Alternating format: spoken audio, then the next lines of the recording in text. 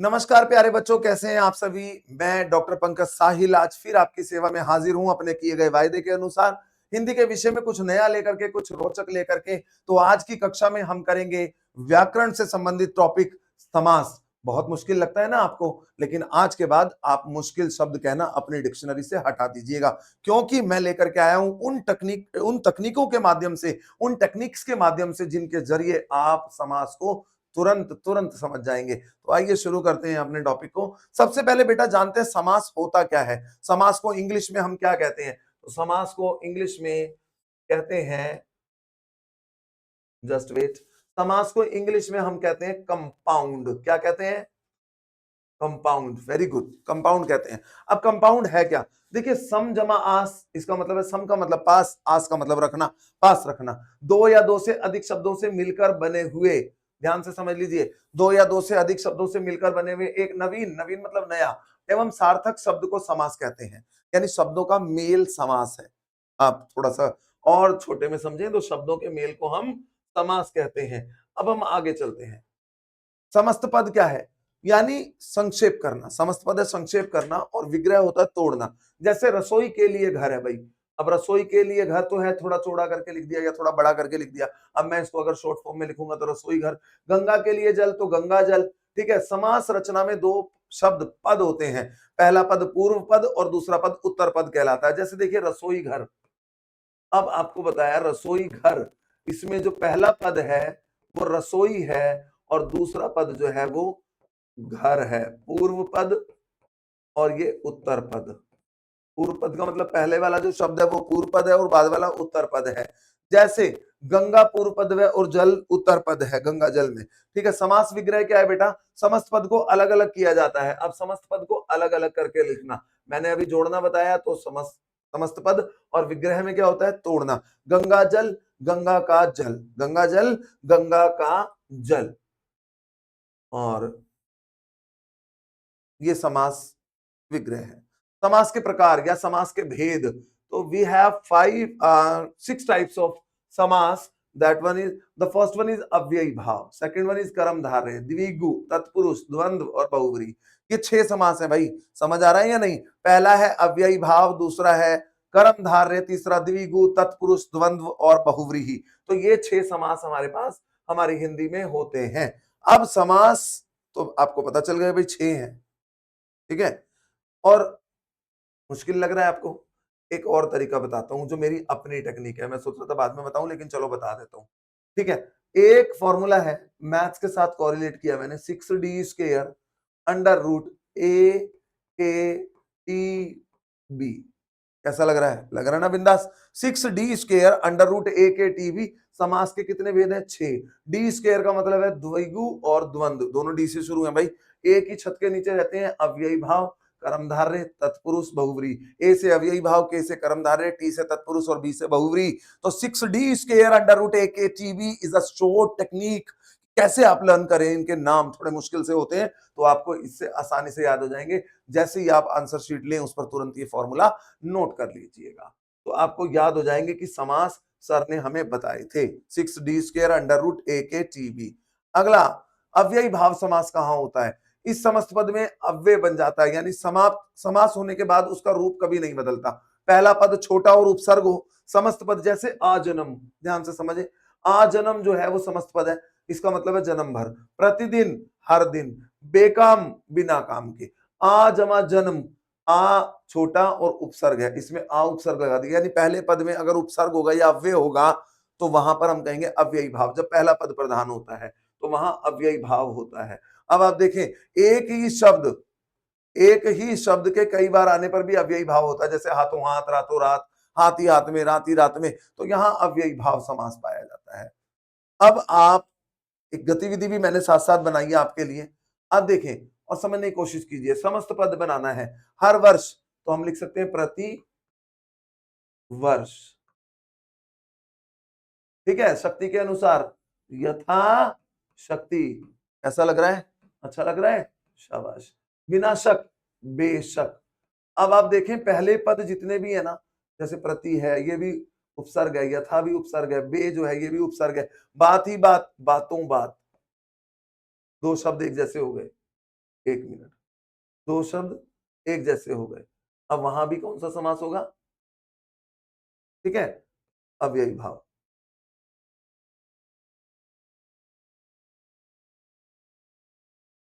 ठीक है, अब मरण तक, आमरण।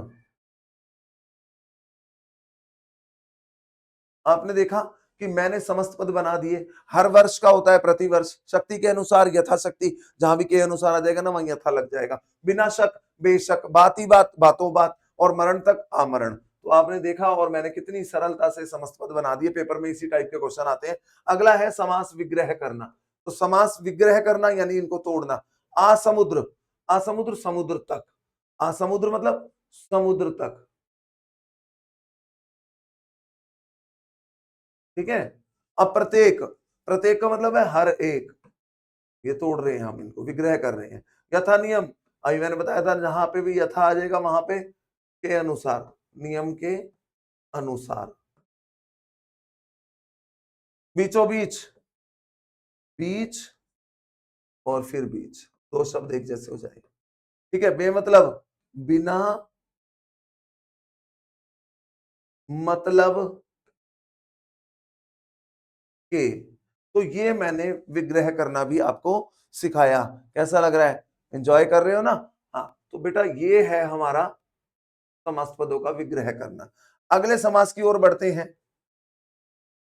कर्मधारय, जिस समास का उत्तर पद, अब उत्तर पद का मतलब क्या होता है? बाद वाला पद। जिस समास का उत्तर पद और पूर्व पद व उत्तर पद में विशेषण विशेष्य हो, मतलब जिस समास का उत्तर पद प्रधान हो, बाद वाला पद जो है वो उसकी वैल्यू ज्यादा हो, और दोनों में एक दूसरे में विशेषण की बात हो, विशेष्य और विशेषण है जो लगता है इसमें के समान रूपी का प्रयोग किया जाता है। समस्त पद और विग्रह देखिए, नील कमल, नीला है जो कमल, महाराज, महान है जो राजा, कमल नयन, कमल के समान नयन, देह लता, लता रूपी देह। तो आपने देखा कि किस तरीके से कर्मधारय बना। अब आप गतिविधि देखिए। महान है जो आत्मा, अरे वाह, बहुत सही बोला आपने तो। महात्मा, महान है जो आत्मा, महात्मा। ठीक है, चंद्र के समान मुख, चंद्रमुख। ठीक है, कनकलता, कनक के समान लता, सोने के समान लता। कनक मतलब सोना भी होता है। ठीक है, नील है जो कंठ, नीलकंठ। ये विशेषता पता चल रही है। और आप बाद वाले शब्दों को देखेंगे तो आपको पता चलेगा। कमल रूपी चरण, चरण कमल। ठीक है, अब कुसुम कोमल, अगले देखिए, अगले में भी आप देखेंगे तो कुसुम कोमल, कुसुम है जो कोमल, यानी एक सामान्य पुष्प की बात की जा रही है जो सॉफ्ट है बड़ा। तो हम इसका विग्रह करेंगे, कुसुम है जो के रूपी, ये लगते हैं इसमें के समान, कुसुम है जो कोमल। इसके अलावा नील गगन, नीला है जो गगन, नील गगन। महादेव, महान है जो देव। ठीक है, संसार सागर, संसार रूपी सागर। ये ठीक है ना भाई, हमने साथ साथ गतिविधि भी कर ली। लाल छड़ी, लाल है जो छड़ी। अब आपने देखा कि पहले पद जो है वो थोड़ा गौण है, बाद वाले पद जो है वो विशेषता उनकी पता चल रही है। तो यहाँ विशेषण विशेष से या उपमान उपमेय के द्वारा हम जान सकते हैं कि यहाँ कर्मधारय समास है। अब मैं अगले समास की बात करूं तो द्विगु समास। भाई द्विगु बहुत आसान है, जहां पर भी पहला पद संख्यावाची होगा, गिनती की बात होगी, आपको पहचान बता रहा हूं, काउंटेबल, यानी तीन, चौ, चार, पंच, पांच, इस तरीके से सत, सात, सत मतलब नौ भी होता, सत मतलब सात होता है, अगर ऐसे वाला सात होगा, शत होगा तो सौ होगा। समस्त पद देखिए, त्रिलोक, तीन लोकों का समूह, दो राह, दो राहों का समूह, पंच तत्व, पांच तत्वों का समूह। तो यहाँ गिनती की बात हो रही है, पहले वाला जो पद है वो काउंटिंग की बात हमें बता रहा है, इसलिए हम कह सकते हैं यहाँ पर द्विगु समास है। गतिविधि देखें, पांच वटों का समूह, क्या बताएंगे? पंचवट, पंचवटी। नवरत्न, नवरत्नों का समूह। ठीक है, चार मासों का समूह, चौमासा, जो अभी चल रहा है। ठीक है, 3 फलों का समूह त्रिफला। ठीक है, त्रिभुवन 3 भवनों का समूह।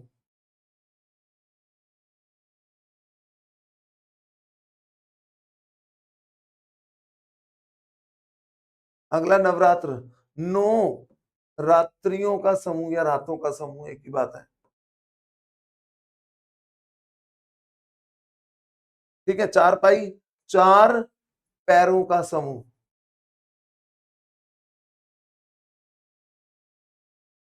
और लास्ट है अष्टाध्यायी 8, अष्ट मतलब 8 अध्यायों का समूह। समझ आ रहा है ना बेटा? आ रहा होगा, शाबाश, बहुत बढ़िया। आगे चलें। देखो कितनी जल्दी जल्दी मैं कोशिश कर रहा हूं अपने बच्चों को बताने की। तत्पुरुष बहुत ही मेन है। तत् का मतलब संस्कृत में दूसरा होता है। इस उत्तर पद में मतलब इसमें उत्तर पद प्रधान होता है, बाद वाला जो पद है उसकी वैल्यू थोड़ी ज्यादा होती है, वो हेड होता है। अब समस्त पद बनाते समय बीच की विभक्तियों का लोप हो जाता है। विभक्ति संस्कृत में होता है और हिंदी में हम कारक बोलते हैं, सॉरी परसर्ग बोलते हैं। तो परसर्गों की जैसे कारक नहीं होते, कर्ता ने कर्म को करण से, तो वो वाली जो विभक्तियां होती हैं उनको हिंदी में परसर्ग कहा जाता है। और दोनों शब्दों के आने के कारण इनका लोप का के को की का ये लोप हो जाता है, गायब हो जाती है। तो जैसे कर्म तत्पुरुष, अब कर्म कर्ता ने कर्म को, कर्म की विभक्ति क्या है, कर्म को, सुख प्राप्त सुख को प्राप्त, शरणागत शरण को आगत, तो ये करण तत्पुरुष है। अब से के द्वारा भी होता है, भूखमरा भूख से मरा, तुलसी कृत तुलसी द्वारा कृत। संप्रदान तत्पुरुष में आप देखिए, अब मैंने बताया आपको कर्म में क्या होगा, को, कर्म की विभक्ति क्या है, को, सुख प्राप्त सुख को प्राप्त, शरणागत शरण को आगत। करण तत्पुरुष में विभक्ति क्या होती है, से द्वारा, से या के द्वारा। भूख मरा भूख से मरा, तुलसी कृत तुलसी द्वारा कृत। संप्रदान तत्पुरुष में क्या होती है विभक्ति, के लिए, पाठशाला पाठ के लिए शाला, गुरु दक्षिणा गुरु के लिए दक्षिणा। अब तत्पुरुष के भेद, अपादान तत्पुरुष, इसका भी विभक्ति चिन्ह से है। भाई एक बड़े ध्यान से समझने वाली बात है, करण में भी से होता है और अपादान में भी से होता है। करण में से साधन और साध्य के लिए होता है, ठीक है ना। अब यहां जो होता है तत्पुरुष अपादान में, यहां पे जो से आएगा वो अलग होने के भाव में आएगा। जैसे देखिए धनहीन, धन से हीन, ठीक है ना। अब दो उदाहरण मैं आपको लिख के बता रहा हूं। एक है धनहीन, ठीक है, तो धन से हीन, यहां अलग होने के भाव है, अलग होने के भाव हैं। लेकिन अगर सात की बात बताई जाए, ठीक है ना, तो धन युक्त, धन युक्त, तो हमने लिखा धन से युक्त, धन से युक्त। तो आप आराम से बता देंगे, क्योंकि युक्त होना साथ में है। साथ होने के भाव होंगे तो करण, अलग होने के भाव होंगे तो अपदान। तो करण और अपदान का अंतर भी आपको पता चला। भयभीत से भी, भय से भीत यानी भय से डरा हुआ।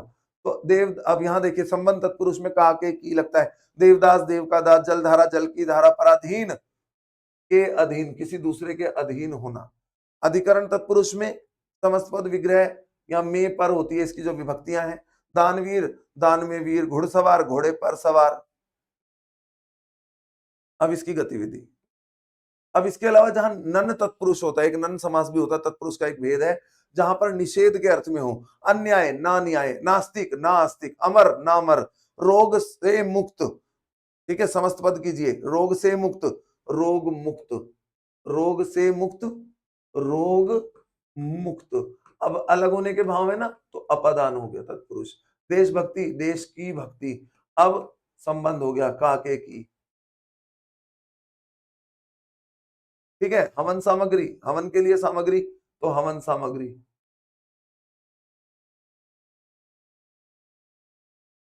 ठीक है। सिर में दर्द, सिर दर्द, अधिकरण में पर, ठीक है।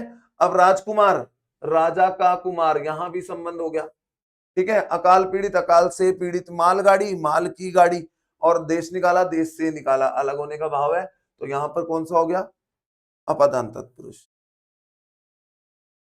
द्वंद की मैं बात करूं तो जहां पर भी विग्रह करने पर बीच या और योजक शब्द आ जाएं, अलग अलग होने का, जैसे माँ बाप माँ और बाप, रात और दिन, पाप और पुण्य, तो जहां पर भी इस तरीके से एक दूसरे के विपरीत होंगे तो वहां पर द्वंद होगा। तो ये तो बहुत ही इजी है। और जैसे दाल चावल बना सकते हो, दाल और चावल, गंगा और जल, गंगा जल, ठीक है। इस तरीके से जैसे दाल रोटी है, राजा रंक है, राजा और रंक है, लड़का लड़की, लड़का और लड़की। बहुव्रीहि समास में जहां पे दोनों पद प्रधान ना होकर के कोई तीसरा पद ही प्रधान होता है, वहां पर बहुव्रीहि समास होता है। और जैसे इसमें भगवान, व्यक्ति विशेष या विशेष का प्रयोग होता है, जैसे विषधर, विष को धारण करने वाला किसने किया था? भगवान शिव ने, अर्थात करके शिव है, तो वहां पर कौन सा समास है? बहुव्रीहि। गजानन, गज के समान है, जिसका आनन, जिसका मुख गज के समान है, गणेश, तो यहां पर बहुव्रीहि। देवताओं के नाम ज्यादातर इसी में होते हैं। अब देखिए गतिविधि,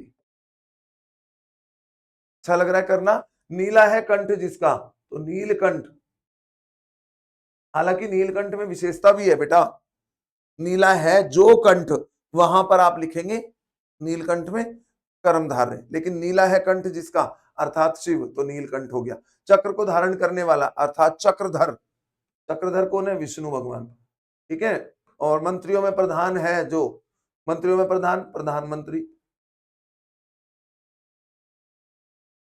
तीन रंगों वाला तिरंगा, ये सब बहुव्रीहि के उदाहरण है। तमा, दस है आनंद जिसके, दशानन, रावण को बोलते हैं, ठीक है। तो समझ आया ना? अब देखिए चक्र पाणी, पानी का मतलब क्या होता है? बड़ा इंपॉर्टेंट चीज है बेटा। चक्र है पानी में जिसके, ध्यान से समझिएगा, चक्र है पानी में जिसके, पानी मतलब हाथ, जिसके हाथ में चक्र है, अर्थात श्री हरि के लिए बोला जाता है, भगवान विष्णु के लिए बोला जाता है चक्रपाणी। श्वेतांबर, श्वेत है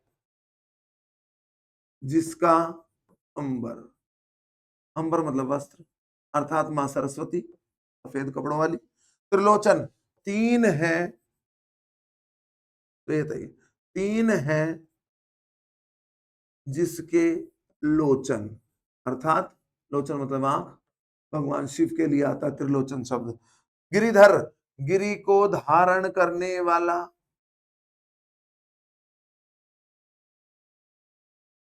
भगवान श्री कृष्ण। आप देख रहे हैं देवताओं के नाम है तो बहुव्रीहि। चतुर्मुख, चार है मुख जिसके, चतुर्मुख, ठीक है। तो आप पता लगा सकते हैं कि यहाँ पर बहुव्रीहि समास है, तो देवताओं के नाम जो है वो इसमें आते हैं। अब गतिविधि, अब सारे समास को मिलाकर के एक गतिविधि का निर्माण किया हमने, और अब देखते हैं कि क्या है। दूध और दही, तो आपने ये योजक जो लगा हुआ है ना बेटा, इसको हटा दो, तो दूध दही, ऐसे, ठीक है। और समास कौन सा हो गया?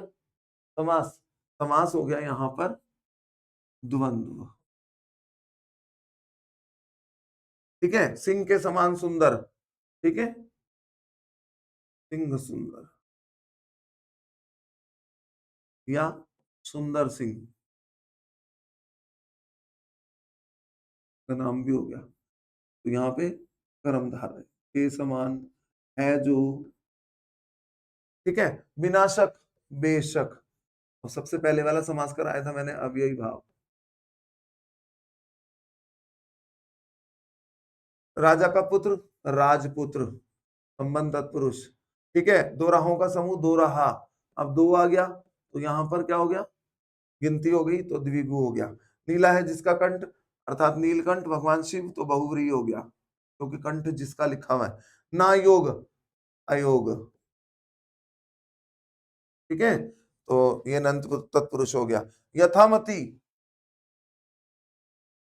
मति के अनुसार, यथामति मतलब मति के अनुसार। गंगा तट, गंगा का तट। चक्रधर, चक्र को धारण करने वाला, यथामति में अव्ययी भाव। गंगा तट में गंगा का तट संबंध तत्पुरुष। चक्रधर, चक्र को धारण करने वाला, अर्थात विष्णु, तो यहाँ पर विष्णु भगवान के लिए क्या हो गया? बहुव्रीहि। कमल नयन, कमल के समान है नयन, कमल के समान जो नयन, तो यहाँ पर कर्मधारय क्योंकि विशेषता है। तो आपने आज की इस पीपीटी के माध्यम से, आज की इस कक्षा के माध्यम से डिफरेंट टाइप के समास जो हैं वो करने सीखे, और मुझे आशा है कि मेरे बच्चों को पूरे समास समझ आ गए होंगे। बस भाई ये वाला जो रूल मैंने आपको बताया ना, 6d² अंडर रूट ए के टी बी, इसको जरूर याद रख लेना पेपर में, ठीक है ना। 6, ये देख लीजिए एक बार, समास के कितने भेद है? 6। 6d² अंडर रूट ए के टी बी, ए फॉर अव्ययी भाव, के फॉर कर्मधारय। मैं बता भी देता हूं समास के 6 भेद, ठीक है। डी मतलब द्वंद्व, और डी मतलब द्विगु। अब इसीलिए डी से बनी है तो 2 हो गए, ठीक है। और ए मतलब अव्ययी भाव, के मतलब कर्मधारय, टी मतलब तत्पुरुष, और बी मतलब बहुव्रीहि, ठीक है ना। तो ये 6 समास हैं जो आपने याद रखने हैं। एक बार जल्दी जल्दी बता रहा हूं मैं। सबसे पहला है अव्ययी भाव। अव्ययी भाव कहाँ होता है? जहां पहला पद प्रधान होता है या 2 वर्ड एक जैसे होते हैं, जैसे बीचों बीच, बीच ही बीच में, रातों रात, रात ही रात में। पहला शब्द जहां पर अव्यय होगा या उपसर्ग होगा, जैसे बेशक, बिना शक के। अब तत्पुरुष कहाँ होता है? जहां पर दूसरा पद प्रधान होता है, जैसे रसोई घर, रसोई के लिए घर। तत्पुरुष समास जो है वो कारकों पर निर्भर करता है। कर्ता ने कर्म को करण से जो है इस तरीके से कर्ता को छोड़ देना, बाकी सारे जो आएंगे विभक्तियां वो सब तत्पुरुष के लिए होंगी।